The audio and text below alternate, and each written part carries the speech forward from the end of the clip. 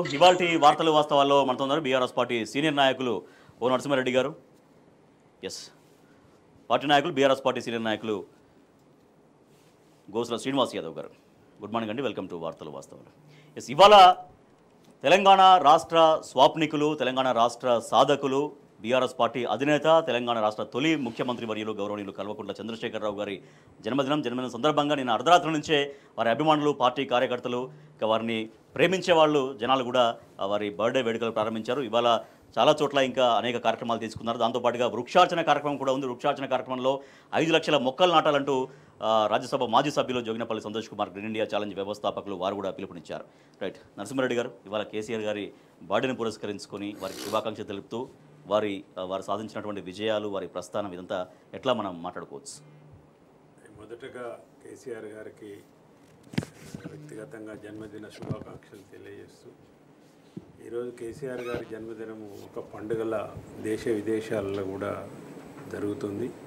వారు ఆయురారోగ్యాలతో 100 ఏళ్ళు జీవించి ఇంకా తెలంగాణ రాష్ట్రాన్ని ప్రగతి పదంలోకి ఇవాళ దేశంలోనే నెంబర్ 1గా ఉంది. ప్రపంచంలో కూడా తెలంగాణ రాష్ట్రం గురించి చెప్పుకునే విధంగా వారు సేవలు అందించాలని, వారు ఆ విధంగా ఆయురారోగ్యాలతో ఉండాలని భగవంతుని ప్రార్థిస్తూ, కేసీఆర్ గారు పుట్టినరోజు పండుగ అంటేనే ఇవాళ తెలంగాణ ప్రజలందరికీ ఒళ్ళు పులకరించే ఒక మహత్తరమైన పండుగ. ఒక వ్యక్తి గురించి ఇంతగా చెప్పుకోవాల్సిన అవసరం ఎందుకు వస్తుందంటే, చరిత్రలో మనం చూస్తే కాళోజీ నారాయణరావు గారు అన్నట్టు పుట్టుకనిది చావునిది బతుకంతా దేశానికని వారు చెప్పినారు. కాళోజీ గారు చెప్పిన సూక్తి, వారి కవిత ఎగ్జాక్ట్గా కేసీఆర్ గారి జీవితానికి ఖచ్చితంగా 100% అది అన్వయింపబడుతుంది. ఎందుకంటే పుట్టిన దగ్గర నుంచి ప్రజాసేవలో ఉండి ఒక తెలంగాణ రాష్ట్రమే నా స్వప్నము, నా ధ్యేయం అని చెప్పి ముందుకు వచ్చిన వ్యక్తి కేసీఆర్ గారు. ఏ పరిస్థితులు అంటే, ఇప్పుడు కేసీఆర్ గారి జీవితాన్ని మనం పరిశీలిస్తే,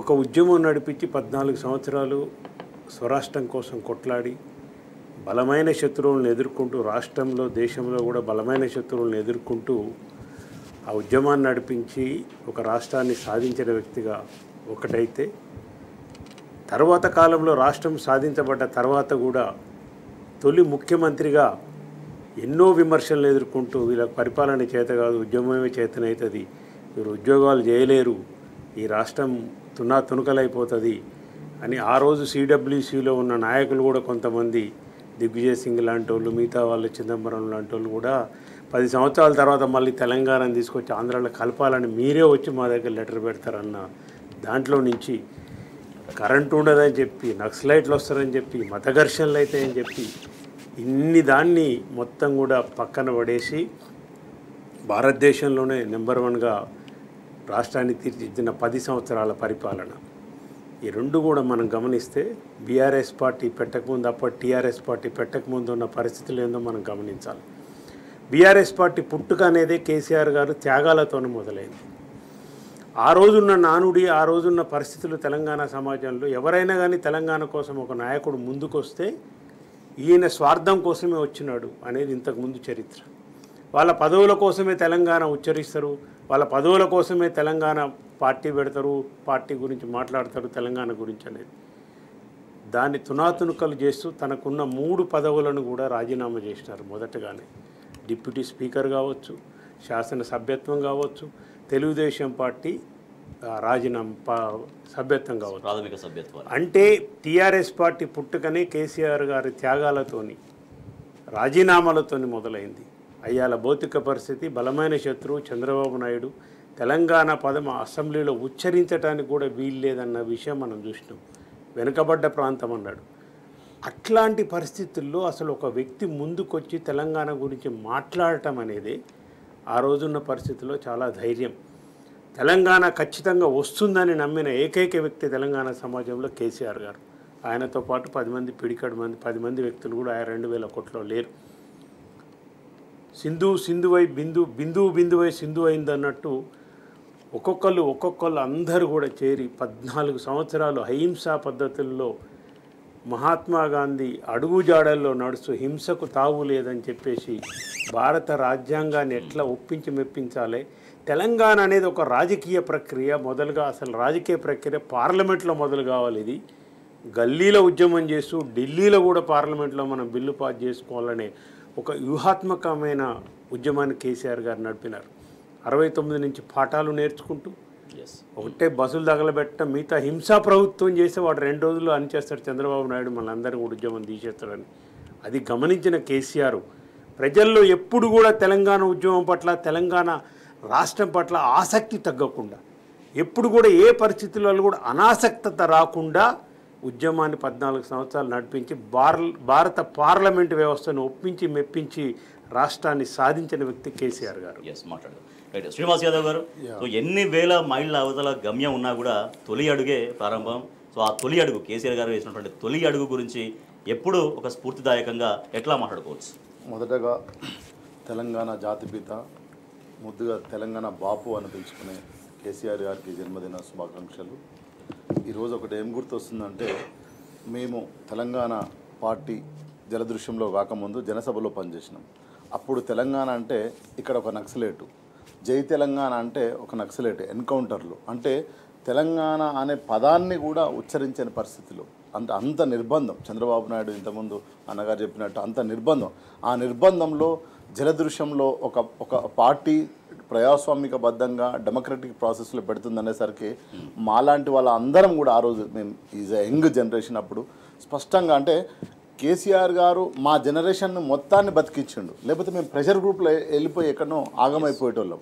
సో ఈరోజు ఒక తరానికి జన్మని అందించిన తెలంగాణ బాపు అని చెప్పవచ్చు. ఎందుకంటే అక్కడ ఒకవైపు నిర్బంధం, ఇంకోవైపు ఉద్యమాలు, ఆ ఉద్యమాల వైపు పోయే పరిస్థితిలో ఆ రోజు ఒక దివిటి పట్టుకొని తెలంగాణ అస్తిత్వము, తెలంగాణ ఆత్మగౌరవం, తెలంగాణ భాష.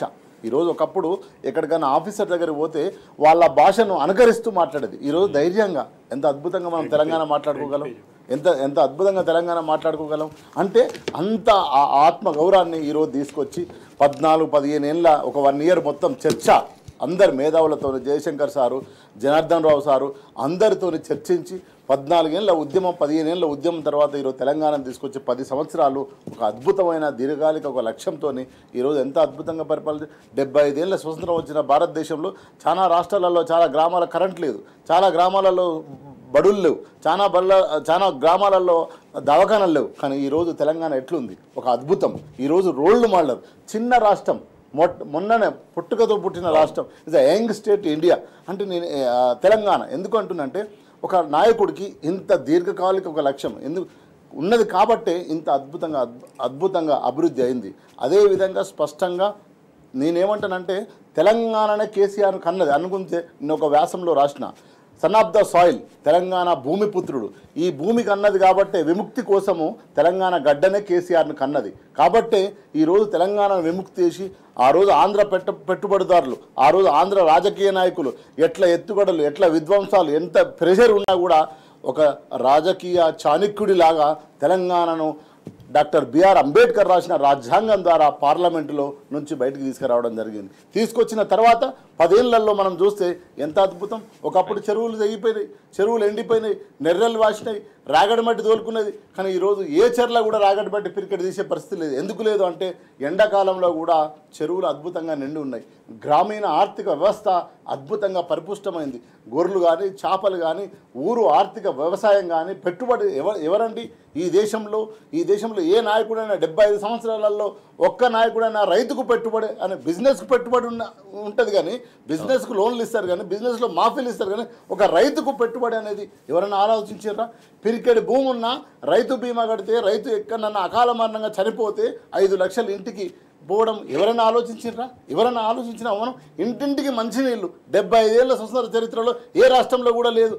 ఇప్పుడున్న ప్రధానమంత్రి అయిన మోడీ ఏదైతే ఉందో గుజరాత్లో కూడా లేదు. కానీ ఇంటింటికి ఆడబిడ్డలకు ఓన్లీ తెలంగాణ అంటే నల్గొండ, కరీంనగర్ కాదు, ఆదిలాబాద్లో ఉన్న గోండుమ బిడ్డలకు కూడా మంచినీటి అందించింది. అంటే నేను ఎందుకు చెప్తున్నా అంటే ఈరోజు ఒక దీర్ఘకాలికమైన లక్ష్యంతో, ఒక దీర్ఘకాలికంగా ఆలోచించి ఇంత విప్లవాత్మకమైన అభివృద్ధి చేసుకుంటూ వస్తున్నట్టు ఈరోజు మనం అందరం కూడా నేను స్పెషల్గా మై హార్ట్ఫుల్గా ఫీల్ అవుతుంటే మేము ఈరోజు మా తరం బతికున్నదంటే బికాస్ ఆఫ్ కేసీఆర్ కనుక లేకపోతే మేము విప్లవాల ఉద్యమాల వైపు ప్రయాణం చేసేటోళ్ళము. చనిపోయేటోళ్ళము. ఒకవైపు అప్పటికే ఎన్కౌంటర్లు, అప్పటికే 10-15 మందిని జనసభలో పనిచేస్తున్న వ్యక్తులను చంద్రబాబు నాయుడు నిర్దాక్ష్యంగా చంపేసిండు, ఎన్కౌంటర్లు చేసిండు. కాబట్టి తెలంగాణ బాపుగా మేము చెప్పుకునే ధైర్యం ఈరోజు మేమందరం ఈరోజు బతికి ఇక్కడ మాట్లాడుతున్నామంటే బికాస్ ఆఫ్ కేసీఆర్. ఆయనకి ఎప్పుడు మేము రుణపడి ఉంటాం. గట్టిగా 14 ఏళ్ళు ఉద్యమ నాయకుడిగా, 10 ఏళ్ళు రాష్ట్రాన్ని అద్భుతంగా ముందుకు సాగించినటువంటి ఒక గొప్ప నాయకుడిగా ప్రజల చేత ఎప్పుడు జేజేలు అందుకుంటున్నారు నాటి సీఎం కేసీఆర్, మాజీ సీఎం కేసీఆర్, తెలంగాణ తొలి ముఖ్యమంత్రి కేసీఆర్ గారి జన్మదినం సందర్భంగా రాష్ట్ర వ్యాప్తంగా ఇవాళ వేడుకలు జరగబోతున్నాయి. బీఆర్ఎస్ పార్టీ శ్రేణులు, కార్యకర్తలు ఆయన జన్మదినాన్ని అద్భుతంగా నిర్వహించబోతున్నారు. దాంతోపాటుగా వృక్షార్చన కార్యక్రమంలో కూడా 5 లక్షల మొక్కలు నాటాలంటూ మాజీ రాజ్యసభ సభ్యులు జోగినపల్లి సంతోష్ కుమార్ పిలుపునిచ్చారు. చిన్న బ్రేక్ తీసుకుందాం. బ్రేక్ తర్వాత కేసీఆర్ గారి ఉద్యమ ప్రస్థానం, తర్వాత వారి పరిపాలనలో తీసుకున్నటువంటి ఒక గొప్ప సంస్కరణలు, అవి ప్రజలకు చేరినటువంటి ఫలితాల గురించి చర్చిద్దాం. బీఆర్ఎస్ అధినేత, తెలంగాణ తొలి ముఖ్యమంత్రి కేసీఆర్ గారి జన్మదిన వేడుకలు, ఉత్సవాలు ఇవాళ రాష్ట్ర వ్యాప్తంగా వైభవంగా నిర్వహించబోతున్నారు. పార్టీ శ్రేణులు, కార్యకర్తలు, వారిని వ్యక్తిగతంగా అభిమానించే వాళ్ళు కూడా.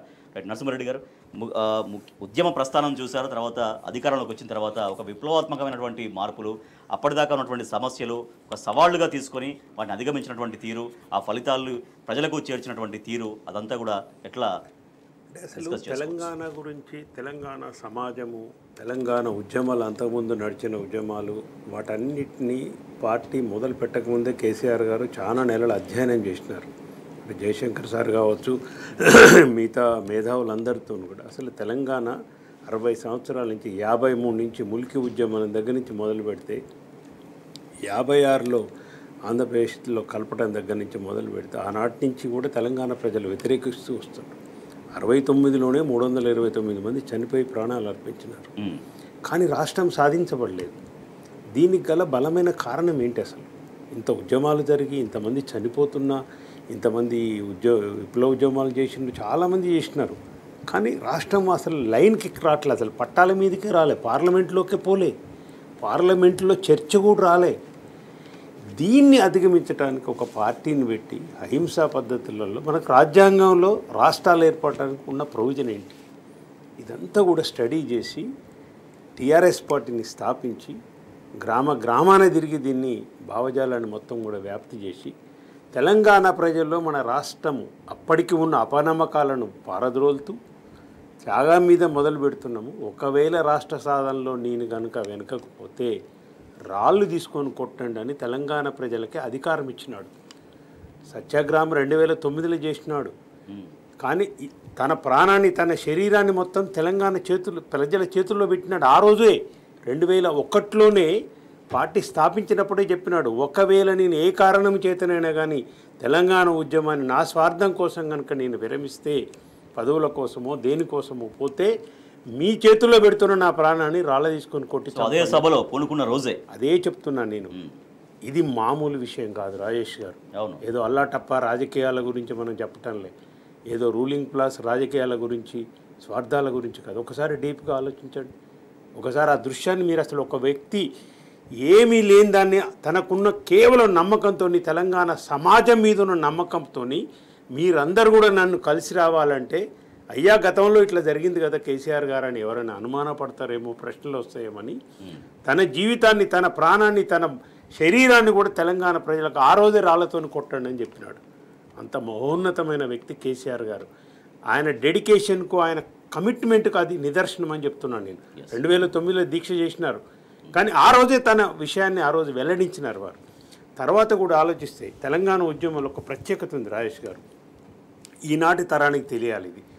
ఇప్పుడు తర్వాత 2014లో రాష్ట్రం వచ్చి పుట్టిన వాళ్ళందరూ కూడా ఇవాళ ఈ టెక్నాలజీతో కొట్టుకపోతున్న యువత కూడా గమనించాలి. తెలంగాణ ఉద్యమాన్ని దేనితోనూ పోల్చొచ్చని నన్ను అడిగితే ప్రపంచ స్థాయి నడిపిన ఉద్యమాలతో పోల్చొచ్చని నేను గర్వంగా చెప్తాను. మహాత్మా గారు ఎట్లయితే స్వాతంత్ర సమర పోరాటాన్ని సాగించి అహింసాయుత పద్ధతులలో అందరినీ కూడగట్టి భారతదేశాన్ని స్వాతంత్రం సాధించిన వ్యక్తి మహాత్మా గాంధీ గారు. అహింసా పద్ధతులలో ఒక నెల్సన్ మండేలా కావచ్చు, ఒక మార్టిన్ లూథర్ కావచ్చు, ఇంకా రకరకాల ఉద్యమాలు ఏవైతే ప్రపంచంలో ఏవి జాతుల విముక్తి కోసం, దేశాల విముక్తి కోసం జరిగిన పోరాటాలతోని ఈజీగా మనం ఎగ్జాక్ట్లీ కంపేర్ చేయగలిగిన, పోల్చదగిన ఉద్యమం తెలంగాణ ఉద్యమం. ఎలాంటి సందేహం లేదు. సో వాటికి ఏమాత్రం తక్కువ స్థాయి కాదు, తక్కువ స్థాయి కాదని చెప్తున్నాను. ఎందుకంటే మీరు ఇవాళ యువతకి తెలియాలి ఏం ఉద్యమం నడిపిండి కేసీఆర్ గారు, ఎట్లా నడిపిండి దాన్ని. 14 సంవత్సరాలు రాజేష్ గారు ఒక ఉద్యమాన్ని లైవ్లో పెట్టడం అంత ఈజీ విషయంగా చాలా మాట్లాడతారు ఇవాళ పోరంబోకులు ముండా కొడుకులు. వాళ్ళకి తెలంగాణ సోయి లేదు, తెలంగాణ ఆత్మ లేదు. కేసీఆర్ గారు 14 సంవత్సరాలకు ఉద్యమాన్ని నడిపించటమే కాదు, ఉద్యమం నడిపిస్తే కూడా సరిపోదు, పార్లమెంట్లో బిల్లు పాస్ కావాలి. దాంట్లో ఎత్తుగడలు ఏంటి? ఒక ఎత్తుగడ 2004లో కాంగ్రెస్ పార్టీతో పొత్తు పెట్టుకొని యూపీఏ గవర్నమెంట్లో జాయిన్ అయ్యి కామన్ మినిమం ప్రోగ్రాంలో అక్కడ 2 ఎంపీలు అప్పుడు ఉన్నాయి టీఆర్ఎస్ పార్టీకి. కాంగ్రెస్ పార్టీ చనిపోతున్న కాంగ్రెస్ పార్టీకి జీవం పోసి అక్కడ జాయిన్ అయినాడు సెంటర్లో మినిస్టర్గా. 6 నెలలు మినిస్ట్రీ లేదు, పోర్ట్ఫోలియో లేదు. అప్పుడు పిలిచి మన్మోహన్ సింగ్ గారు అడిగితే చెప్తున్నారు, మన్మోహన్ సింగ్ గారు, అయ్యా నాకు ఏ పోర్ట్ఫోలియో వద్దు, నేను మినిస్టర్గా ఉంటాను, కేవలం నాకు రాష్ట్రం ఇస్తే చాలనేది చెప్పి సోనియా గాంధీ అందరితో మాట్లాడి కామన్ మినిమం ప్రోగ్రాంలో ప్రెసిడెన్షియల్ స్పీచ్లో పెట్టించినారు. ఇలా మాట్లాడుతున్న చిల్లర నాయకులకు అవన్నీ తెలియదు. ఉభయ సభలను ఉద్దేశించి రాష్ట్రపతి మాట్లాడే ప్రసంగంలో తెలంగాణ రాష్ట్ర ఏర్పాటుకు ప్రక్రియ మొదలు పెడతామని, అది కూడా మనకు తెలిసింది కదా. తర్వాత ఇంకొక విషయం, అతి గొప్ప విషయం, నేను ఎందుకు చెప్తున్నానంటే ప్రపంచ స్థాయి ఉద్యమాలతో దీన్ని పోల్చవచ్చు అని. ప్రణబ్ ముఖర్జీ గారు రాష్ట్రపతిగా అప్పుడు ఉన్నారు, తర్వాత రాష్ట్రపతి అయినారు. వారు ఒక బుక్ రాసినారు, కోయిలేషన్ టైమ్స్ అని, ఆయన బుక్ రాసినాడు. బుక్లో ఒక పేజీ కేసీఆర్ గారికి కేటాయించినారు. కేసీఆర్ గారికి ఒక పేజీ కేటాయించినారు. ఒక వ్యక్తి ఉద్యమాన్ని స్టార్ట్ చేసి లైఫ్ టైంలో కన్న కళల్ని, స్వప్నాన్ని ఒక ఆచరణలోకి తీసుకొచ్చి ఒక రాష్ట్రాన్ని సాధించిన వ్యక్తిగా కేసీఆర్ గారికి ఒక పేరా కేటాయించారు ఒక పేజీలో. ఎందుకు కంపేర్ చేయలేమని చెప్తున్నాను నేను. ఖచ్చితంగా కంపేర్ చేయొచ్చు. ఉద్యమాన్ని ఆ విధంగా ఎత్తుగడలు ఇచ్చా. ఎవరండి శత్రువు? ఎవరండి?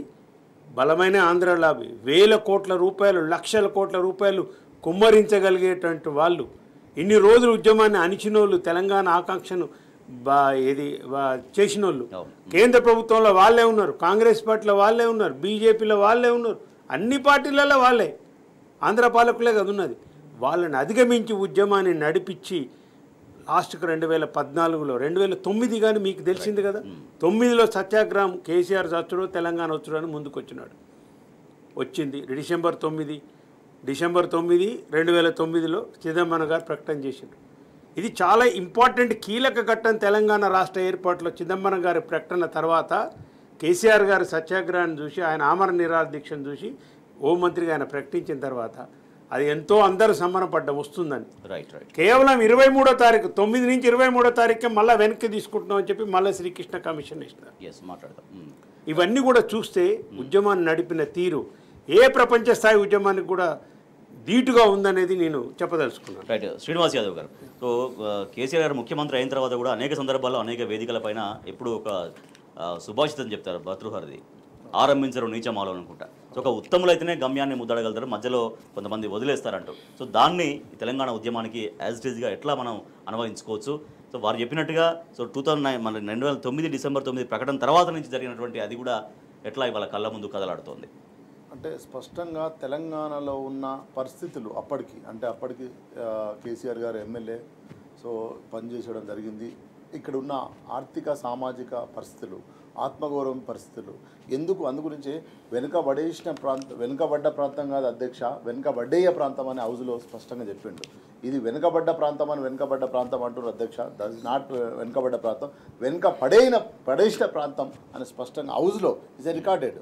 సో అట్లా తన మొత్తము గ్రామీణ వాతావరణం నుంచి వచ్చింది కాబట్టి, ఒక వ్యవసాయ కుటుంబం నుంచి వచ్చింది కాబట్టి ఇక్కడ ఏం జరుగుతుంది, ఎందుకు తెలంగాణ ఉద్యమాన్ని ఎందుకు మాట్లాడుతున్నారు, అక్కడక్కడ ప్రజాస్వామికవాదులని దాన్ని పూర్తిగా 1-2 సంవత్సరాల పాటు స్టడీ చేసిన తర్వాత తెలంగాణ ఉద్యమాన్ని మొదలుపెట్టడం జరిగింది. నేను ఎందుకంటున్నానంటే అప్పటికి చాలా తెలంగాణలో విప్లవ ఉద్యమాలు పనిచేస్తున్నాయి, చాలా బహుజన ఉద్యమాలు పనిచేస్తున్నాయి, చాలా సామాజిక ఉద్యమాలు పనిచేస్తున్నాయి. ఆ సమయంలో జలదృశ్యంలో మా కళ్ళకు కనిపిస్తుంది, మేము బ్యానర్లు కట్టినాం ఆ రోజు. అంటే ఎంత ఆవేదన అంటే ఆ రోజు చాలా గొప్ప అనుభూతి. ఆ పార్టీ పెట్టిన తర్వాత లెనిన్ ఒక మాట అంటాడు అన్నట్టు, ఏమంటే శత్రువు ఎక్కడో ఉండడు, శత్రువు సేమ్ మన నినాదమే పట్టుకొని అక్కడి నుంచి బయలుదేరుతాడు ఎదురుగా నుంచి, శత్రుశేషం నుంచి.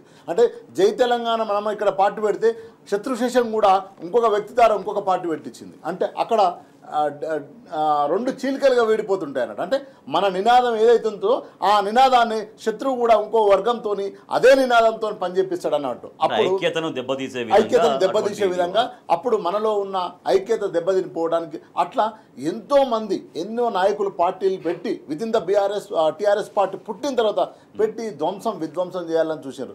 అతి చాణక్యుడుగా ఎత్తుగడగా తెలివిగా ఈరోజు దాన్ని పార్లమెంటు పంతాకు అన్నగారు చెప్పినట్టు 2 ఎంపీలే ఈ అసెంబ్లీలో వాళ్ళ దాదాపు వాళ్ళకి చాలా మెజారిటీ ప్రాంతం ఏది ఆంధ్ర వాళ్ళు డబ్బులు ఉన్నాయి, కులము అన్నీ ఉన్నాయి, ఎవ్రీథింగ్ ఈజ్ దేర్. అయినా కూడా ఒక్క రక్తం చుక్క కారకుండా ప్రపంచ ఉద్యమానికి అన్నగారు చెప్పినట్టు 100% ఇది ప్రపంచ ఉద్యమమే. ఎందుకంటే ఒక ప్రాంతాన్ని ఒక దేశంగా అడిగిన ప్రాంతాన్ని ఈ నిజాం పరిపాలించినప్పుడు అట్లాంటి ప్రాంతాన్ని ఒక విముక్తి కోసం పోరాటం చేసిన ఉద్యమము ఇది మామూలు ఉద్యమం కాదు. ఎందుకంటే భాష అన్నాం కదా, మనం భాష లేదు, మనం తిండి ఎక్కిరిచ్చిర్రు. అందు గురించే కదా సారు మాట్లాడినప్పుడల్లా ఆ యాస మాట్లాడితే కడుపుల నుంచి పేగులు తన్నుకొస్తాయి. ఎందుకు తన్నుకొస్తాయి? కేసీఆర్ గారు స్పీచ్ వింటే మన తండ్రి మాట్లాడినట్టు, మన బాపు మాట్లాడినట్టు ఉంటుంది. ఎందుకుంటే తెలంగాణ ఉద్యమంలో అట్లా కనెక్ట్ అయినా అంటే మన భాష మీద అణచివేత, మన తిండి మీద అణచివేత, కల్చర్ మీద మన సంస్కృతి మీద దాడి చేసినారు. మీకు సంస్కృతే లేదని చెప్పిండ్రు, మీకు తిండే లేదని చెప్పారు, మీకు బట్టలే కట్టుకోరాదన్నారు. ఎంత అవమానం చెప్పండి ఒకసారి. ఈ అవమానాల నుంచి అధిగమించి తెలంగాణ తల్లిని విముక్తి చేసిండు. ఎంత గొప్ప పని. ఈ గొప్ప పనిని మనం అన్నగారు చెప్పినట్టు ప్రపంచ చరిత్రతో పోల్చాల్సిన ఉద్యమం ఇది మామూలు ఉద్యమం కాదు. శాంతియుతంగా ఎట్లాంటి ధర్నాలు లేకుండా ఇంతకుముందు అన్న చెప్పినట్టు 4 బస్సులు కాలబెడతానో 4 రైళ్లు కాలబెడతానో కథం నిర్బంధం విధించి 4 ఎన్కౌంటర్లు చేసి కథం చేద్దామని ఆంధ్ర పాలకులు స్పష్టంగా చూసారు. ఎస్పెషల్లీ చంద్రబాబు నాయుడు చూసాడు. కానీ ఎక్కడ దొరకకుండా శత్రువుకు తన పిల్లలను కోడి పిల్లల్లాగా కోడిలాగా కాపాడుకుంటూ గద్ద చేత వడకుండా చాలా జాగ్రత్తగా పార్లమెంటుకు చేరి పార్లమెంటులో చాలా పదవుల కోసమే పోయిందని చెప్పినారు. ఇది పదవులు కాదు, నాకు పదవులు లెక్కలే గడ్డి పూసలతో. ఏ ఉద్యమంలో అయినా ప్రజాస్వామిక ఉద్యమంలో ఎన్నిసార్లు రాజీనామా చేసే చరిత్ర ఉందా? ఎన్నిసార్లు పడిండ్రు, ఎన్నిసార్లు లేచింది తెలంగాణ ఉద్యమం. ఒకవైపు ఉత్తర తెలంగాణ ఎట్లా అంటుకున్నది, ఎప్పుడు పడిపోయినసారి ప్రతిసారి కూడా పైకి లేవడం జరిగింది. అంత ఎత్తుగడగా, అంత విప్లవాత్మకంగా, అంత ఆలోచపరంగా ఈరోజు కేసీఆర్ గారు నడిపిండి కాబట్టి తెలంగాణ వచ్చింది. లేకపోతే మళ్ళీ నిర్బంధం, మళ్ళీ విప్లవోద్యమాలు, ఇంతకుముందు అన్న చెప్పిన నక్సలైట్లు వస్తారు, మత ఘర్షణలు జరుగుతాయి. హైదరాబాద్ అంటే ఏంటండి? మత ఘర్షణలు జరుగుతాయి. తెలంగాణ అంటే ఏంటండి? నక్సలైట్లు. తెలంగాణ ఏంటంటే విద్రోహులు. తెలంగాణ ఏంటంటే కుల ఉద్యమాలు. ఇది కదా. కానీ ఈరోజు తెలంగాణ అంటే ఏంది?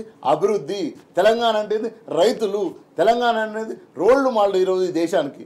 నిన్నగాక మొన్న పుట్టిన రాష్ట్రమే కదా, 10 సంవత్సరాలే కదా. ఇప్పుడు 10 సంవత్సరాలలో పుట్టిన రాష్ట్రము ఈరోజు దేశానికి దిక్సూచిగా మారిందంటే అది కేసీఆర్ గారి గొప్పతనం, కేసీఆర్ గారి ఆలోచన విధానం. రైట్. ఇక రాష్ట్ర వ్యాప్తంగా కేసీఆర్ గారి బర్త్డే వేడుకలు వైభవంగా జరుగుతున్నాయి. నిన్న అర్ధరాత్రి నుంచే కేకులు కట్ చేసి వారికి శుభాకాంక్షలు తెలుపుతున్నారు. ఇవాళ కొద్దిసేపట్లో తెలంగాణ భవన్, హైదరాబాద్లో ఉన్నటువంటి బీఆర్ఎస్ పార్టీ కేంద్ర కార్యాలయం తెలంగాణ భవన్లో బర్త్డే వేడుకలు వైభవంగా ప్రారంభం కాబోతున్నాయి. నరసింహరెడ్డి గారు, మనం ఉద్యమ ప్రస్థానం గురించి మాట్లాడుతున్నాం. దాంతోపాటుగా ఉద్యమ నాయకుడిగా సక్సెస్ అయ్యాడులే కానీ పరిపాలనలో వైఫల్యం చెందుతాడులే అని చాలామంది ఎదురు చూశారు. సో అటువంటి వాళ్ళకి ఉద్యమమే కాదు, పరిపాలన కూడా చాలా అద్భుతంగా దేశం గర్వించేదాకా స్థాయిలో తీసుకెళ్లగలడు అని ఎట్లా నిరూపించగలిగారు వారు? నేను ఒక దగ్గర స్టాప్ చేసిన 2009 డిసెంబర్ 23 ప్రకటన వెనుక తీసుకున్న తర్వాత శ్రీకృష్ణ కమిషన్ వేసినారు. శ్రీకృష్ణ కమిషన్ వేసి అందరి అభిప్రాయాలు తీసుకున్నారు. ఎవరి అభిప్రాయాలు? తెలంగాణ రాష్ట్రం ఏర్పడే తెలంగాణ ప్రజల గురించి, ఆంధ్ర వాళ్ళ అభిప్రాయాలు, రాయలసీమ వాళ్ళ అభిప్రాయాలు, వివిధ పార్టీల అభిప్రాయాలు, అందరి అభిప్రాయాలు తీసుకున్న తర్వాత అంతకుముందు ఏర్పడ్డ ప్రణబ్ ముఖర్జీ కమిటీకి సంబంధించి కూడా తీసుకుపోయి చూస్తే ఏంటి మరి మీరు అంటున్నారు కరెక్టే, కానీ భారత పార్లమెంట్ ఒప్పుకోవాలంటే పార్టీలన్నీ కూడా కాన్సెంట్ ఇవ్వాలి కదా అని ఒక పెద్ద క్లాస్ పెట్టిండు. ఒక 10 టన్నుల క్లాస్ అది. అన్ని రాజకీయ పార్టీలు ఒప్పుకోవాలంటారు. దాంట్లో ఇంకొక అంతర్లీనంగా ఇంకొకటి కూడా ఉంది. ఏంటంటే కాంగ్రెస్ పార్టీకి ఆ రోజు ఉన్నాయి 150 సీట్లే. యూపీఏ ఫస్ట్ గవర్నమెంట్లో ఉన్నాయి. కాంగ్రెస్ పార్టీకి 150 సీట్సే, 150-160 లోపే ఉన్నాయి. గవర్నమెంట్ ఏర్పడ్డది 272. అంటే దరిదాపు వీళ్ళ కంటే డబల్ సీట్లు ఇతర పార్టీలు ఉన్నాయి. ఈ సమాజ్వాదీ పార్టీ కావచ్చు, ఇంకొక పార్టీ కావచ్చు, డిఎంకే కావచ్చు, ఎవరైనా కావచ్చు. ఆ అలయన్స్ పార్టీలు కూడా ఫస్ట్ ఒప్పుకోవాలి కదా, కాంగ్రెస్ పార్టీ కూడా ముందుకు రావాలంటే. కాబట్టి ఇది దృష్టిలో పెట్టుకొని ప్రణబ్ ముఖర్జీ కమిటీ మీరు మిగతా పార్టీలు కూడా అన్ని తీసుకురండి కేసీఆర్ గారు అని పంపినారు. ఎవరైనా ఊహించగలుగుతారా అండి ఇది? 36 పార్టీలు.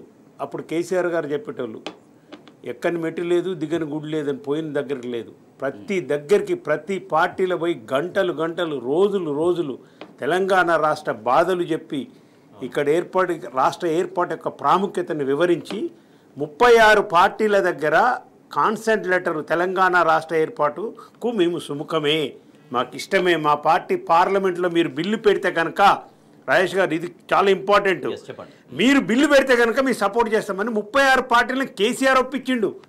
ఈ కాంగ్రెస్ ఏదో మేము ఇచ్చినామని గొప్పలు మీరు చెప్తున్నారు, రాజకీయ అనివార్యత వల్ల మీరు ఇచ్చినారు. కానీ అసలు 36 పార్టీలు పార్లమెంట్లో మేము కేసీఆర్ కోటేస్తాము, మేము తెలంగాణ కోటేస్తామని చెప్పించిన ఘనత కేసీఆర్ గారిది. అందుకే నేను భారత పార్లమెంటును ఒప్పించిన ఘనత కేసీఆర్ గారిది అని చెప్తున్నాను. మామూలు విషయం కాదు కదా. ఇలా తెలంగాణ అంటేనే ఎవరికి తెలియదు, ఆంధ్రప్రదేశ్ తెలిసేయాలా. తెలంగాణ ప్రాంతం ఆంధ్రప్రదేశ్లో భాగం. ఒక మాయావతి గారికి, ఒక ములాయం సింగ్ యాదవ్ గారికి, ఒక ఆ రోజున్న స్టాలిన్ కావచ్చు, వాళ్ళున్న డిఎంకే నాయకులు కావచ్చు, చిన్న పార్టీలు ఎవరికి తెలుస్తుంది వాళ్ళకి తెలంగాణ తెలియదు. అయినా కానీ పవర్ పాయింట్ ప్రజెంటేషన్లు ఇచ్చి ఇక్కడ జరిగిన దోపిడీ గుంత అంతా వివరించి మొత్తానికి 36 పార్టీలకు లెటర్లు ఇచ్చి తెచ్చిన తర్వాత కొట్లాడంగా 2014లో పార్లమెంట్లో బిల్లు పెట్టి రాష్ట్రం ఏర్పడ్డది. క్రానాలాజికల్గా ఇవాళ తెలంగాణ రాష్ట్ర ఉద్యమం చరిత్ర ఇది. ఉద్యమంలో కేసీఆర్ గారు ఉద్యమాన్ని ఎట్లా నడిపించారు, ఎన్ని ఎత్తుగడలు వేసినారు. ఆయన ఎత్తుగడలో రాజీనామా ఒక ఎత్తుగడ కావచ్చు, రాజీనామాలు ఉప ఎన్నికలు ఒక ఎత్తుగడ కావచ్చు, ఇవన్నిటిని కూడా చేసుకొని తన గమ్యాన్ని సాధించినాడు. రాష్ట్రం ఏర్పడ్డప్పుడు కూడా మనం చూడాలి. జాతీయ 2014లో 1940లో మనకు స్వాతంత్రం వచ్చినప్పుడు కేవలం భారతదేశంలో 14 రాష్ట్రాలే ఉండే. తర్వాత రాష్ట్రాలు ఏర్పడ్డాయి, రకరకాల రాష్ట్రాలు. మనకు లేటెస్ట్గా తెలిసింది 2000 సంవత్సరంలో ఎన్డీఏ గవర్నమెంట్ ఉన్నప్పుడు, వాజ్పేయి గారు ఉన్నప్పుడు 3 రాష్ట్రాలు ఏర్పడ్డాయి. ఈ 3 రాష్ట్రాల ఏర్పాటు గురించి కూడా అంతకుముందు కొట్లాటలు జరిగినాయి, జేఎంఎం కావచ్చు, మిగతా పార్టీలన్నీ. కానీ అక్కడెక్కడ కూడా రాష్ట్ర ఉద్యమం కోసం పనిచేసిన వాళ్ళు ఎవరు అధికారంలోకి రాలేకపోయినారు, వచ్చినా 6 నెలల కంటే ఎక్కువ ఉండలేకపోయినారు జాతీయ పార్టీల కుట్ర వల్ల. ఇదే ప్రచారం. అట్లనే ఇక్కడ కూడా 2014లో జరిగిన ఎన్నికల్లో, ఉమ్మడి రాష్ట్రంలో ఎన్నికలు జరిగినప్పటికి కూడా 63 సీట్లతోని కేసీఆర్ గారు అధికారంలోకి, టీఆర్ఎస్ పార్టీ అధికారంలోకి వచ్చింది. అప్పుడు జరిగిన తంతు జాతీయ పార్టీలు బీజేపీ, కాంగ్రెస్ చేసిన ప్రచారం కూడా, చంద్రబాబు నాయుడు ఎస్పెషల్లీ ఉన్న ప్రచారం కూడా మనం చూస్తే ఇక్కడ జరిగింది. అన్ని బ్రాండ్ ఇమేజ్ని దెబ్బతీసే విధంగా, తెలంగాణ ఇమేజ్ని దెబ్బతీసే విధంగా చేసినప్పటికి కూడా, తెలంగాణ ఇచ్చిన మేమని కాంగ్రెస్ పార్టీ చెప్పుకున్నప్పుడు కూడా, మద్దతు ఇచ్చిన మేము బిల్లుకని బీజేపీ చెప్పుకున్నప్పుడు కూడా, ఎందుకు తెలంగాణ రాష్ట్ర ప్రజలు ఏర్పడ్డ రాష్ట్రాన్ని ఎవరి చేతుల్లో ఉంచితే సేఫ్గా ఉంటుంది, ఎవరి చేతుల్లో ఉంటే ఏర్పడ్డ రాష్ట్రం యొక్క ప్రయోజనాలు నెరవేరుతాయని ఆలోచించి కేసీఆర్ గారికి పట్టం కట్టారు. జాతీయ పార్టీలకు పెట్టిన కాంగ్రెస్ పార్టీకి ఇయ్యలే మెజార్టీ, మద్దతు ఇచ్చిన బీజేపీ పార్టీకి ఇయ్యలే. ఆ రోజే మిమ్మల్ని రిజెక్ట్ చేసిండ్రు, ఈ రోజు కాదు. ఆ రోజే తెలంగాణ ప్రజలు వీళ్ళు పనికిరారు రాష్ట్ర పరిపాలనకు అని, అంటే వాళ్ళ నమ్మకం, ప్రజల నమ్మకం ఎట్లుందంటే వీళ్ళు ఇంత విష ప్రచారం చేసినప్పటికి కూడా కేసీఆర్ గారు ఖచ్చితంగా పరిపాలన చేయగలుగుతాడు, ఆయన చేతుల్లో ఈ రాష్ట్రం సేఫ్గా ఉంటుంది, అక్కడ రైతులకు కానీ మిగతా వాళ్ళందరికీ బడుగు బలహీన వర్గాలకు తెలంగాణ రాష్ట్ర శాసనసభలో చట్టాలు జరగాలంటే ఈయన ముఖ్యమంత్రిగా ఉండాలి. మళ్ళీ ఆంధ్ర వాళ్ళు దీనికి పెత్తనానికి వచ్చే అవకాశం ఉంది, కుట్ర జరుగుతుంది. వీళ్ళెవ్వరు ఆంధ్ర వాళ్ళకు వీళ్ళంతా అమ్ముడు పోతారు. ఇటు బీజేపీ వాళ్ళైనా, ఇటు కాంగ్రెస్ పార్టీ అయినా జాతీయ పార్టీలు కాబట్టి అమ్ముడు పోతారు. రేపు నీటి విషయంలో కావచ్చు, పంపకాల విషయంలో కావచ్చు, తెలంగాణలో రాజధాని హైదరాబాద్ విషయం కావచ్చు అని ప్రజలు ఆలోచించి కేసీఆర్ గారు ఎన్నుకున్నారు. ఇది చారిత్రకంగా మనం ఆలోచన చేయాలి. రైట్. శ్రీనివాస్ యాదవ్ గారు, నిజమే. అంటే ప్రజలు ఎట్లా ఒక 10 సంవత్సరాలు డెఫినెట్గా ఉద్యమం చేసినటువంటి నాయకుడే ముఖ్యమంత్రిగా ఉండాలని ఎట్లా కోరుకున్నారు అంటే, సరే మూడోసారి అనేది సహజంగా ఉండేటువంటి అనేక అంశాలు, అనేక అవకాశాలు దానికి ఒక కారణం కావచ్చు. బట్ తొలి రెండు టర్ములు ఖచ్చితంగా ఉద్యమ నాయకుడు. హైదరాబాద్ కామన్ క్యాపిటల్ 10 సంవత్సరాలు 2024 వరకు. ఆ డేంజర్ని టీఆర్ఎస్ పార్టీ ఎంత ఆలోచించిందో అంతకంటే 100 రెట్లు ప్రజలు ఆలోచించారని నేను అనుకుంటున్నాను. ప్రజల పాయింట్ ఆఫ్ వ్యూలో ఎట్లా మనం చూడొచ్చు. తెలంగాణ ప్రాంతం దేశంలో కాదు ప్రపంచంలో ఒక వినూత్నమైన ఆలోచన గల ప్రాంతం. రెండో విషయం ఏంటంటే విప్లవాద ఉద్యమాలకు ఈరోజు కూడా భారతదేశంలో నాయకత్వం ఇస్తున్నది ఇక్కడి నుంచి లీడర్షిప్. తెలంగాణ ప్రజలు కూడా చాలా విఘ్నులు, చాలా అంటే ఒక కాషన్ ఇస్తే, ఒక లైన్ ఇస్తే కేసీఆర్ వెంట ఆ రోజు ఎందుకు వచ్చిండ్రు ప్రజలు. నాయకులు రాకపోవచ్చు, నాయకులు ధ్వంసం చేయాలని ఆలోచించవచ్చు, కానీ ప్రజలు మాత్రం పడిపోయిన ప్రతిసారి కూడా కేసీఆర్ వెనుకల్లో వచ్చారు. అంటే ఎంత విజ్ఞులు, ఎంత తెలివి కళ్ళల్లో చూడండి ఒకసారి. కాబట్టి నీకు ఏ ప్రాంతమైన విముక్తి పొందాలంటే రెండు జరగాలి. ఒకటి రాజకీయ పోరాటం జరగాలి, రెండోది సాంస్కృతిక పోరాటం జరగాలి. కానీ కేసీఆర్ గారు రెండింటిని ఎట్ ఏ టైం తీసుకెళ్ళిండు. అందు గురించే కదా నీకు శత్రువు ఎప్పుడు జొర్రబడిన లాస్ట్ 2009 తర్వాత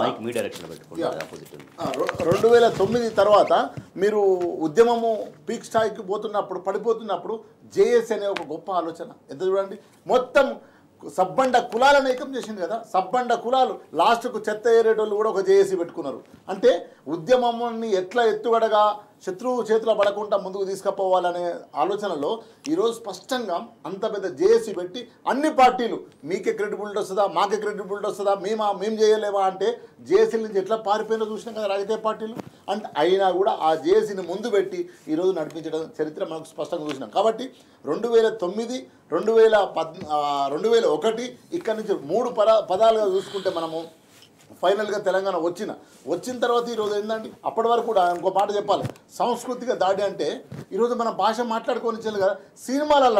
సినిమాలల్లో ఒక రవితేజ, ఉత్తేజు అండ్ నర్సింగ్ యాదవే వీళ్ళిద్దరే, తర్వాత వేణుమాధవ్ ఎక్కడన్నా మనం మాట్లాడినామా. కానీ ఈరోజు ఏంటంటే సినిమాల హీరోలు హీరోయిన్లు మన భాష చుట్టూ తిరుగుతున్నాయి. ఎవరిది గొప్పతనం, ఎట్లా వచ్చింది ఈ సాంస్కృతిక? నీకు 60-70 ఏళ్ళు సినిమా చరిత్ర చూసుకుంటే నీకు ఒక వచనం మాట్లాడే రైటే లేదు కదా, ఒక సెంటెన్స్ కూడా రాయలేదు కదా. ఈరోజు విలన్లకు ఆ ముగ్గురికే పెట్టేది, ఎవరు లేరు నాకు తెలిసి అయితే మరి అన్న చెప్పాలి. కానీ ఈరోజు వచ్చిన తర్వాత మొత్తము సినిమా ఇండస్ట్రీ సాంస్కృతికంగా మనం ఎక్కడున్నాం.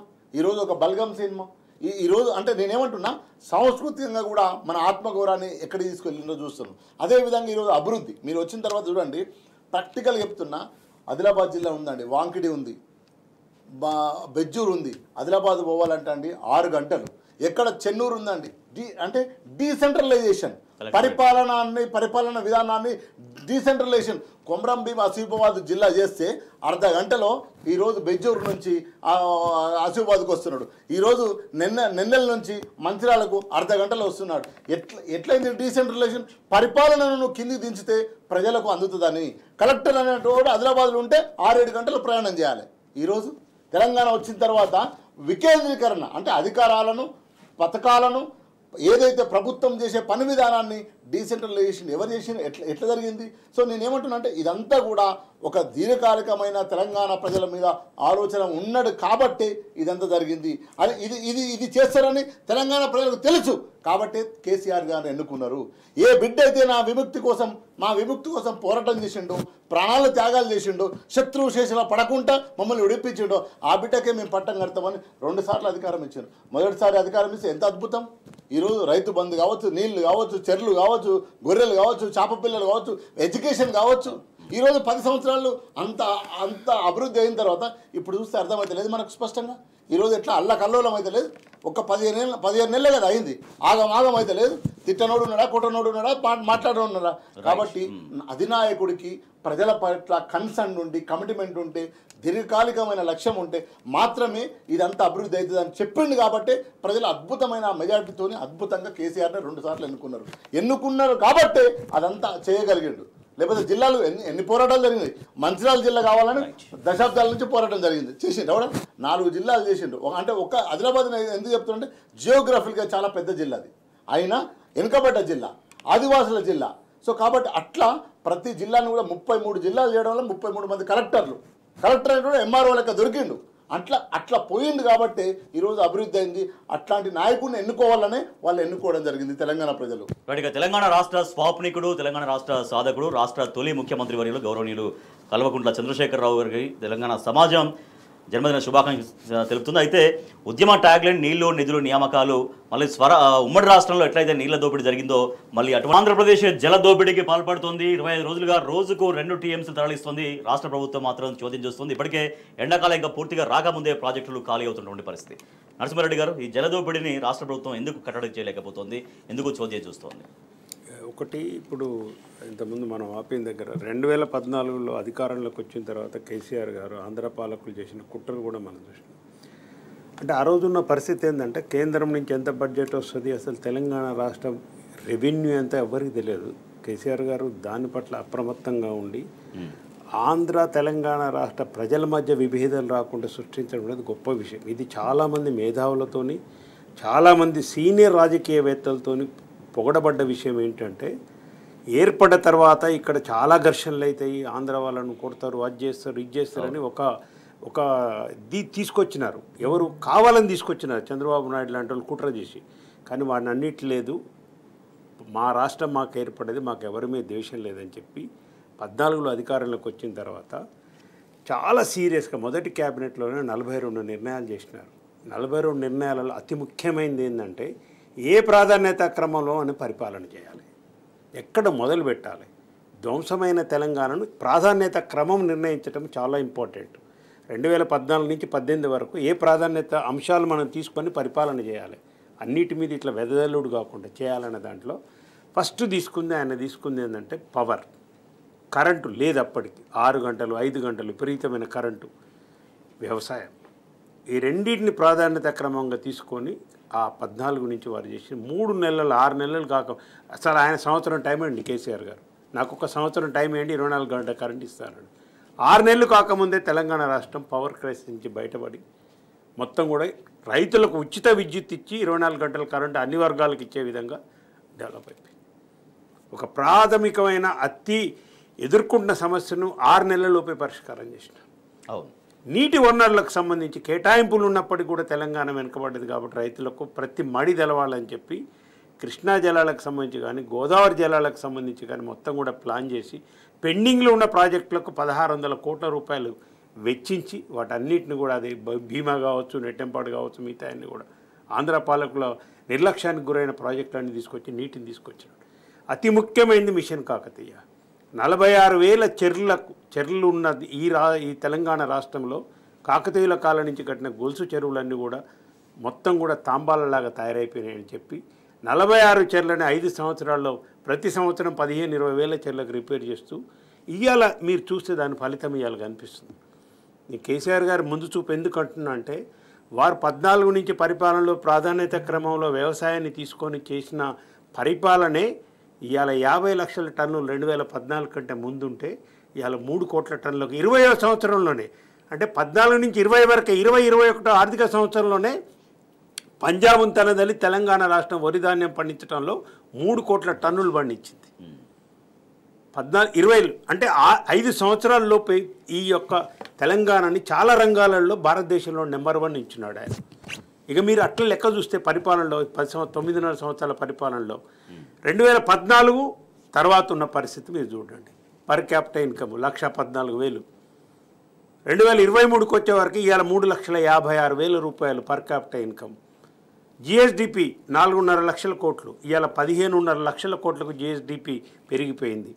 ఇక పవర్ వినిమయం, ఇది చాలా ఇంపార్టెంట్. ఏంటంటే పవర్ వినిమయానికి సంబంధించి, పవర్ యూటిలైజేషన్ సంబంధించి ఇవాళ లీస్ట్లో ఉన్న తెలంగాణ ఇవాళ పవర్ యూటిలైజేషన్లో నెంబర్ 1 ఉంది. పవర్ యూటిలైజ్ చేస్తున్నామంటేనే పారిశ్రామిక రంగం, వ్యవసాయ రంగం అన్నిటిల్లో తెలంగాణ రాష్ట్రం నెంబర్ 1గా ఉంది. అట్లాగే నియామకాలకు సంబంధించి 1,62,000 ఉద్యోగాలకు సంబంధించి ఇవన్నీ కూడా మీరు చూస్తే పరిపాలన వికేంద్రీకరణ కావచ్చు, కొత్త జిల్లాలు కావచ్చు, కలెక్టరేట్లు కావచ్చు, అప్పుల పాలైంది వీళ్ళకు చిల్లర విమర్శలు చేస్తున్నారు. ఇవన్నీ ఆస్తులు, అద్భుతమైన కాళేశ్వరం, గోదావరిలో మనకు 968 టీఎంసీ ఉంది రాజేష్ గారు. ఈ 960 టీఎంసీని ఇంతవరకు అసలు ఎవరూ ట్రాప్ చేయలే. చంద్రబాబు ఉన్నప్పుడు దేవాదులు హెలికాప్టర్లు పోయి ఆ మేస్త్రులను తీసుకుపోయి పునాదేసి ఇచ్చినాడు. ఇలా సమ్మక్క సారక కావచ్చు, సీతారామ ప్రాజెక్టు కావచ్చు, మిగతా అన్నిటి కూడా. అంటే ఒక అద్భుతమైన తెలంగాణను నిర్మించడంలో ఈ 10 సంవత్సరాల పరిపాలనలో కూడా కేసీఆర్ గారు విజయవంతమైనారు. పరిపాలన చేత కాదన్న విమర్శ నుంచి 50లో 60లో 70లో ఏర్పడ్డ రాష్ట్రాలు అటన్నిటికంటే కూడా ఇలా ఉంది. అన్నిటికంటే ముఖ్యమైనది ఏంటంటే దేశ జీడిపిలో ఇవాళ 3% మన జనాభా, దేశ జనాభాలో తెలంగాణ జనాభా శాతం 3, కానీ దేశ జీడిపిలో మనం 5th కాంట్రిబ్యూటర్గా ఉన్నాం. అంటే ఈ భారతదేశాన్ని సాకుతున్న రాష్ట్రాలలో మనము 5 రాష్ట్రాలలో మనం ఉన్నాం. ఇది ఒకటి ఆషామాషిగా వచ్చిన విషయం కాదు. మనకంటే ముందు 20 సంవత్సరాల ముందు ఏర్పడ్డ రాష్ట్రాలు కూడా సాధించలేకపోయినాయి. 2000 సంవత్సరాలు ఏర్పడ్డ 3 రాష్ట్రాల పరిస్థితి ఎక్కడుంది అలా చూడండి, మనం ఎక్కడున్నామో చూడండి. పరిపాలన అంటే ఇది అని కూడా దేశానికి చూపించినాడు. శ్రీనివాస్ గారు, జనరల్గా జలంతో అభివృద్ధి ముడిపడి ఉంటుంది. ఆ జల దోపిడీ వల్ల ఏపీ చేస్తుంటే తెలంగాణ ప్రయోజనాలు ఈ ప్రభుత్వానికి పట్టవా అన్నటువంటి ప్రశ్న అర్థం కావట్లేదు సార్. స్పష్టంగా ఆ రోజు కేసీఆర్ గారు ఒక నినాదం ఉండేది, నినాదం ఇచ్చేవాడు ఏంటంటే మనకు బొంబాయి బతుకులు, దుబాయ్ బతుకులు, బొందలగడ్డల బతుకులు వద్దు అని.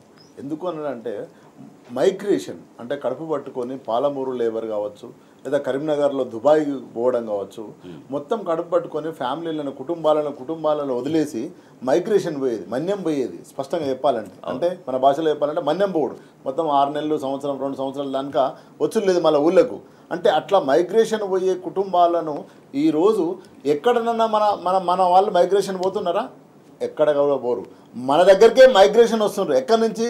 ఉత్తరప్రదేశ్ నుంచి, బీహార్ నుంచి, అస్సాం నుంచి, పశ్చిమ బెంగాల్ నుంచి, ఛత్తీస్గఢ్ నుంచి, గుజరాత్ నుంచి ఈరోజు మైగ్రేషన్ వస్తున్నారు. అంటే చిన్న లైన్ ఇది అర్థమైపోతుంది. అంటే 10 ఏళ్ల క్రితము తెలంగాణ రాకముందు ఇక్కడి నుంచి ప్రజలు మైగ్రేషన్ పోయేవాళ్ళు, వలస పోయేవాళ్ళు, బొంబాయి దుబాయ్ బతుకులు, రోజుకు భూమండికి కొన్ని 100 బస్సులు ఇక్కడి నుంచి ప్రయాణం చేసేటివి ఈరోజు 100 బస్సులు, 100 ట్రైన్లు ఇక్కడికి వస్తున్నారు. ఎట్లా వస్తున్నారు అంటే ఇక్కడ గ్రామీణ వాతావరణంలో, గ్రామంలో ఆర్థిక పరిస్థితులు పరిపుష్టమైనవి. తెలంగాణ వచ్చిన తర్వాత అప్పుడు 3వ స్థానం గొర్రెలలో భారతదేశంలో. ఇది కేంద్ర ప్రభుత్వం చెప్పిన లెక్కలే. 3వ స్థానం నుంచి ఈరోజు గొర్రెలు, అనిమల్ ఏదైతే షీప్ ఉందో షీప్లో నెంబర్ 1 స్థానం ఈరోజు. అదేవిధంగా ఫిషరీస్లో నేనేమంటున్నా అంటే ఇదంతా ఎట్లా జరిగింది? ఈరోజు పాలమూరు లేబరు పార పట్టుకొని, గడ్డపార పట్టుకొని బయలుదేరే పాలమూరు లేబర్ ఎవరన్నా పోతున్నారా? ఎక్కడన్నా ఒక్క బస్సు అన్నా ఈరోజు భీమండి బొంబాయి పోతున్నాయి బస్సులు? పోవట్లేదు. ఎందుకు పోవట్లేదు అంటే ఇక్కడ పని దొరికింది. ఈరోజు గ్రామాలకు నీళ్ళు వచ్చినాయి, నీళ్ళతో పాటు పెట్టుబడి వచ్చింది, పెట్టుబడితో పంట వచ్చింది. ఆ పంటనే ఉత్పత్తి. ఈరోజు ఇంతకుముందు అన్న చెప్పింది కదా, అన్ని కోట్ల మెట్రిక్ టన్నులు ఒక్కసారి ఎట్లా అద్భుతం జరిగిందా? ఏమన్నా మంచి కరెంట్, నాణ్యమైన కరెంట్ ఇచ్చి, నాణ్యమైన పెట్టుబడి ఇచ్చి, నాణ్యమైన నీళ్ళు ఇచ్చి ఇవన్నీ జరుగుతూనే కదా. కాబట్టి ఇది ఒక్కటి చెప్తే మనకు అర్థమైపోతుంది. కాబట్టి మైగ్రేషన్ పోయిన వాళ్ళు మైగ్రేషన్ ఆగిపోయారు. మైగ్రేషన్ వేరే రాష్ట్రాల నుంచి మన దగ్గరికి వస్తున్నారు. ఏ హోటల్కి పో, నువ్వు ఎక్కడికి పో, ఏ లేబర్ పో, తెలంగాణ వాళ్ళకి అనిపించారు. మొత్తం ఛత్తీస్గఢ్, జార్ఖండ్, యూపీ, బీహార్ ఇక్కడి నుంచి ఉంటారు. మరి మనకంటే ముందు ఫామ్ అయిన రాష్ట్రాలు కదా అవన్నీ. ఎట్లా వచ్చింది ఈ అభివృద్ధి అంటే ఒక కార్యనిర్దీక్ష, ఒక కమిట్మెంటు, ఒక కన్సర్న్. ఈరోజు పరిపాలన విధానం ఈరోజు ఎన్నో రోజుల నుంచి మేము మా సోదరుడు బెల్లెనాయకు మాట్లాడేవాళ్ళు, గ్రామాలకు సర్పంచ్ మా తండాల గ్రామ ఎక్కడ డిమాండ్ అండి అది? ఈరోజు చూడండి ఎన్ని తండాలను గ్రామ పంచాయతీలు చేసిండు. మావా సాటే మావా నాట అనే గోండులు మా తండాలో మా రాజ్యం, మా గూడాలో మా రాజ్యం కావాలని ఒక నినాదం, పెద్ద నినాదం అది ఒకప్పటి నుంచి, దశాబ్దాల నుంచి. ఈరోజు తెలంగాణ వచ్చిన తర్వాత మావా నాటే మావా సాటే, మా గ్రామంలో మా రాజ్యం, మా తండాలలో మా గ్రామ రాజ్యం, మా రాజ్యం అని పెట్టుకొని ఈరోజు స్పష్టంగా అంత అద్భుతమైన పరిపాలన విధానం జరిగింది ఈరోజు. కాబట్టి ఏదైతే కమిట్మెంట్తో ఉండి బడ్జెట్ను కేటాయించి ఎలకేట్ చేసి కరెంటు, ఒకప్పుడు మనం హైదరాబాద్లో చూసినాం, మనం హైదరాబాద్ వచ్చినాం, ఎక్కడ ఏ షాప్ ముంగట చూసినా ఒక మోటార్ రన్ అయ్యేది. ఎప్పుడు జనరేటర్, ఇప్పుడు ఎక్కడ జనరేటర్ కనిపిస్తుందా? ఏ షాప్ ముందన్న జనరేటర్ కనిపిస్తుందా హైదరాబాద్లో? ఇంత పెద్ద సిటీ కదా, ఒక్క జనరేటర్ చూపెట్టి ఎక్కడన్నా ఒక్క జనరేటర్ ఎట్లయింది రాత్రి అంటే తెలంగాణ మనం వచ్చిన తర్వాత. కాబట్టి నేనేమంటున్నా అంటే అంత కమిట్మెంట్తో పరిపాలించండి కాబట్టి వచ్చినాయి. కాబట్టి రెండో విషయం అంటే శత్రువు ఎప్పుడు మన మీద దాడి చేస్తూనే ఉన్నాడు. మొదటిసారి రాగానే ఇప్పుడున్న ముఖ్యమంత్రి ఈ ప్రభుత్వాన్ని కూల్చాలని ప్రయత్నం చేయలేదు. ఇప్పటికి కూడా తెలంగాణ అంటే ఏదో చేస్తారు, ఏం చేస్తలేము. అద్భుతంగా అభివృద్ధి చేసుకున్నాం. 15 నెలల్లో ఈరోజు నువ్వు ఆగమాగం చేస్తున్నావు, అడివి చేస్తున్నావు. ఒక్క దగ్గర లేరు. ఈరోజు 450 మంది రైతులు ఆత్మహత్య చేసుకున్నారండి. 14 ఏళ్ల క్రితము రైతులు ఆత్మహత్యలు చేసుకుంటే మేము బాలగోపాల్ సార్తో ఊరు తిరిగి మీకు ఫ్యాక్టరీ లేసేవాళ్ళం. ఎంతమంది రైతులు చనిపోతున్నారు, ఎందుకు చనిపోతున్నారు? పత్తి రైతులు చనిపోయే వాళ్ళు ఎక్కువ. ఆ కాలంలో పత్తి రైతులు చనిపోయేవాళ్ళు. ఈరోజు మళ్ళీ ఈయన గారు వచ్చిన తర్వాత ఈరోజు 450 మంది 439 మంది రైతులు చనిపోతున్నారు. ఎక్కడ చనిపోతున్నారు? బావికాడ చనిపోతలేరు, నీ బ్యాంకులో చనిపోతున్నారు, నీ ఎంఆర్ఓ ఆఫీసులో చనిపోతున్నారు. ఇది మెజిస్ట్రేట్, ఫస్ట్ మెజిస్ట్రేట్ ఇది ఎంఆర్ఓ ముందు చనిపోతున్నారండి. వచ్చి ఎంఆర్ఓ ఆఫీసులో చనిపోతున్నారు. బ్యాంకు అప్పిచ్చి ఎక్కడ చనిపోతున్నారు. ఎవడన్నా ఏనన్నా బాయిలవాడో బంధకాన్నో ఏనన్నా ఉరి పెట్టుకుంటాడు. కానీ ఎంత నిరసన, ఎంత ఆవేదన మనం అర్థం చేసుకోవాలి. ఒక వ్యక్తి చనిపోవడానికి నీ దగ్గర వచ్చి నీ కొట్లాడి చనిపోతున్నట్టు ఏంది? నువ్వు ఎటువైపు తీసుకుపోతున్నావు? మళ్ళీ 14 గంటల ముందు తీసుకుపోతున్నావా? రైట్. నరసింహారెడ్డి గారు, సో ఇటీవల కేంద్ర మంత్రుల కామెంట్స్ ఒక తెలంగాణ రాష్ట్రాన్ని అవమానకర రీతిలో అనిపిస్తున్నాయి. మన కేంద్ర ఆర్థిక మంత్రి నిర్మలా సీతారామన్ చేసినటువంటి వ్యాఖ్యలు అప్పుల రాష్ట్రంగా ఉందనే దాని పట్ల కేటీఆర్ గారు నిన్న బహిరంగ లేఖ రాశారు. ఒకటైతే కేంద్ర మంత్రి కిషన్ రెడ్డి బయ్యారం ఉక్కు అనేది నాసిరకము, తర్వాత బయ్యారంగా అక్కడ పెడితే అక్కడ ఖర్చు వృధా అయిపోతుంది అనేది ఆయన చేసినటువంటి కామెంట్స్ ఒకటి. సో కేటీఆర్ గారి లేఖ గురించి కూడా మనం డిస్కస్ చేయొచ్చు. 125 లక్షల కోట్ల అప్పుతో కేంద్రం చేసింది ఏమిటి, అది మిగులు రాష్ట్రంగానే వాళ్ళ కాంగ్రెస్ ప్రభుత్వానికి అప్పగించడం అనేది. అంటే వాస్తవాన్ని చూస్తే కేటీఆర్ గారు సందర్భం ఏంటంటే, ఇప్పుడు నిర్మలా సీతారామన్ గారు కేంద్ర ఆర్థిక మంత్రికి ఉన్నారు, వారికి లెక్కలు తెలియాలి. ఇప్పుడున్న లెక్కల ప్రకారము 47 నుంచి వీళ్ళు పవర్లోకి వచ్చేంత వరకు 2014 వరకు చేసిన అప్పు 60 లక్షల కోట్లు.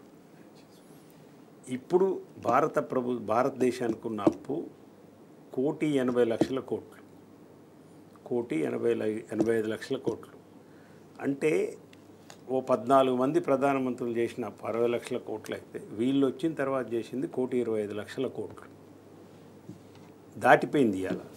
ఇప్పుడు కూడా మళ్ళీ వీళ్ళ ఎండింగ్ వరకు ఈ పవర్ అయిపోయే వరకు అది 2 లక్షల కోట్లకు పోతుంది. కాబట్టి అప్పుల గురించి మాట్లాడే నైతిక హక్కు కేంద్ర ప్రభుత్వానికి కానీ నిర్మలా సీతారామన్ గారికి లేదనేది వాస్తవం అక్కడ. రెండవది కిషన్ రెడ్డి గారిది చాలా ఇంపార్టెంట్. తెలంగాణ ప్రజలు దయచేసి ఆలోచించాలి. మీరు ఇక్కడి నుంచి తెలంగాణ ప్రజలు ఓట్లు వేసి 8 మంది బీజేపీ ఎంపీలను గెలిపించినారు. బయ్యారం ఉక్కు ఫ్యాక్టరీ అనేది టీఆర్ఎస్ పార్టీ డిమాండ్ కాదు దయచేసి. ఇది విభజన చట్టంలో ఉన్న ఒక హామీ. ఇక్కడ కొన్ని విషయాలు ప్రజలకు తెలియవలసిన అవసరం ఉంది. బయ్యారంలో ఉన్న స్టీలు ఉక్కు ఫ్యాక్టరీకి ఎంతవరకు పనికి వస్తుంది, ఎంతవరకు పనికిరాదని సేల్ కమిటీ పంపించినారు. వీళ్ళు పంపిస్తే దానికి సంబంధించి 96%, 97% ఉన్నదని చెప్పినారు. ఓకే. కిషన్ రెడ్డి గారు నేను ఒక ప్రశ్న ఇస్తున్నాను. గనులున్న దగ్గరనే స్టీల్ ఫ్యాక్టరీ పెట్టినారా భారతదేశంలో? ఉక్కు ఐరన్ ఓర్ ఉన్న దగ్గరనే పెట్టినారా అనేది ప్రాథమికమైన అంశం. వైజాగ్లో ఏ గని లేదు, ఏ ఐరన్ ఓర్ లేదు. విశాఖ ఉక్కు ఆంధ్రుల హక్కు అని ఉద్యమం చేసి ఇప్పుడు విశాఖ ఉక్కు పెట్టినారు, ఆడ కర్మాగారం పెట్టినారు. అది ఎక్కడి నుంచి వస్తుంది? బైలాడిల్లా నుంచి విశాఖకు వస్తుంది. 1 కేజీ ఐరన్ ఓర్ కూడా విశాఖలో లేదు, వైజాగ్లో లేదు. మనందరికి తెలిసిన అంశమే. ఓకే. ఇక్కడ ఉన్న దాంట్లో కూడా సెయిల్ వాళ్ళు ఇచ్చిన ఏంటి అంటే, కొంత క్వాలిటీ ఉన్నదాన్ని దేన్నైనా తీసుకొచ్చి దీంట్లో కలిపితే 3-4% అది పనికి వస్తుందని చెప్పినారు. బేసిక్ ఐరన్ ఓర్ లేదని కాదు వాళ్ళు చెప్పింది. ఇది నేనేం ప్రశ్నిస్తున్న కిషన్ రెడ్డి గారిని, మీరు ఇదే బైలాడిల్లా నుంచి 150 కిలోమీటర్లు ఉంటుంది ఖమ్మానికి, 1 నిమిషం ఆగాలి. బయ్యారానికి బైలాడిల్లా డిస్టెన్స్ 160 కిలోమీటర్లు. 160 కిలోమీటర్ల నుంచి మీరు బైలాడిల్లా నుంచి వైజాగ్ ఎట్లయితే పంపిస్తున్నారో ఐరన్ ఓర్ని, క్వాలిటీ ఐరన్ ఓర్ని బైలాడిల్లా నుంచి 160 కిలోమీటర్స్ రైల్వే లైన్ ఉంది, ఆల్రెడీ నీళ్లున్నాయి. మీరు 160 కిలోమీటర్స్ నుంచి బైలాడిల్లా నుంచి వైజాగ్ మన బయ్యారాన్ని తీసుకురారు. ఇన్ కాంట్రాస్ట్ మీరు చేసిన చర్య ఏందండి? ఇదే బైలాడిల్లా నుంచి ఆదాని ఐరన్ ఫ్యాక్టరీకి 2000 కిలోమీటర్లు, అది గుజరాత్లో ఉన్న పోర్ట్లో ఉన్న ఐరన్ ఫ్యాక్టరీకి మీరు ఇక్కడి నుంచి ఐరన్ ఓర్ పంపిస్తున్నారు బైలాడిల్లా నుంచి. కిషన్ రెడ్డి గారు మీరు సిగ్గుపడాలి. కేంద్ర మంత్రిగా 2 సార్లు ఉన్నారు. మీరు విభజన హామీలలో భాగంగా ఉన్న బయ్యారాన్ని ఇవాళ మీరు మూసివేసి ఇది సాధ్యపడదని సాంకేతిక కారణాలు చెప్పడం అనేది తెలంగాణ ప్రజలకు చేస్తున్న ద్రోహం. సికింద్రాబాద్ నియోజకవర్గ ప్రజలు, తెలంగాణ ప్రజలందరూ కూడా ఆలోచించాలి. బీజేపీ ఎంపీలు ఏ విషయము తెలంగాణకు సంబంధించి ఇంతవరకు ఈ రాష్ట్రంలో ఒక్కటి కూడా సాధించలేదు. కాబట్టి బీజేపీని ఎన్నుకున్న ప్రజలు కూడా ఆలోచన చేయాలి, తగిన బుద్ధి చెప్పాలని నా యొక్క విజ్ఞప్తి. శ్రీనివాస్ గారు కంక్లూడింగ్. తెలంగాణ ప్రజలు స్పష్టంగా గమనిస్తున్నారు, బీజేపీని చూస్తున్నారు. మా నీళ్లు మాకే కావాలి, మా నిధులు మాకే కావాలి, మా గనులు మాకే కావాలని పోరాటం చేసిండ్రు. స్పష్టంగా ఈరోజు నువ్వు పెట్టకుండా పోతే ఎట్లా మీకు కర్రు కాల్చి వాత పెట్టాలో పెడతారు. మొన్న రామన్పేటలో వస్తే ఎట్లా తిరుగుబాటు చేసిండ్రు, లగాచర్లలో ఎట్లా తిరుగుబాటు చేసిండ్రు. నువ్వు పెట్టాల్సింది పెట్టకుండా ఈరోజు రైల్వే కోచ్ ఫ్యాక్టరీ అన్నావు. ఇవన్నీ ఏదైతే ఉన్నాయో మీరు ఇచ్చిన డిమాండ్లన్నీ ప్రజలు చూస్తున్నారు. కాబట్టి ఇప్పటికైనా కమిట్మెంట్తో మీరు పనిచేస్తే సరే, లేకపోతే మాత్రం మీకు త్వరలో ఏదైతే ఏ ఎలక్షన్ వచ్చినా తెలంగాణ ప్రజలు మీరు చెప్పిన మాటలు నమ్మేం మోసపోరు. మీకు ఏ సమయంలో ఎట్లా చెప్పాలో చెప్తారు. సమయం వచ్చినప్పుడు తప్పకుండా కర్రు కాల్చి వార్త పెట్టే పరిస్థితి వస్తుంది. కిషన్ రెడ్డి గారు ఈ ప్రశ్నకు అదొక్కసారి హైలైట్ చేయండి. గనులు లేని విశాఖలో ప్లాంట్ పెట్టలేదా అని తెలంగాణ వాదులు అడుగుతున్నారు. కిషన్ రెడ్డి గారు దీనికి జవాబు చెప్పాలి. దయచేసి టీవీ చూడకపోతే చూడండి, తెప్పించుకోండి. కిషన్ రెడ్డి గారు లైన్లో తీసుకున్నా పర్వాలేదు, ఫోన్ కలిపైనా మాట్లాడు. వైజాగ్లో ఏ ఐరన్ ఓర్ ఉందని మీరు అక్కడ ఫ్యాక్టరీ పెట్టినారు? ఇంకోటి పెట్టింది కేంద్రం, ఇది రైట్, ఓకే, కేంద్ర ప్రభుత్వంగా మీరు ఉన్నారు కాబట్టి తప్పకుండా దాన్ని మీరు అమలు పరచాలి. రైట్. ఇక బయ్యారం ఉక్కు పైన ఒక తుప్పు మాటలు మాట్లాడారు కేంద్ర మంత్రి కిషన్ రెడ్డి అంటూ తీవ్రంగా ఆగ్రహం వ్యక్తమవుతుంది. బయ్యారం ఉక్కు నాసిరకం ఆడడం, బయ్యారంలో ఒక ఫ్యాక్టరీ పెడితే ఖర్చు వృధా అనడం పట్ల తీవ్రంగా ఆగ్రహం వ్యక్తమవుతుంది. Thank you so much Gosula Srinivas Yadav గారు, థ్యాంక్ యూ సో మచ్ ఓ నరసింహారెడ్డి గారు. ఇది ఇవాల్టి వార్తలు వాస్తవాలు. చూస్తూనే ఉండండి జీ న్యూస్.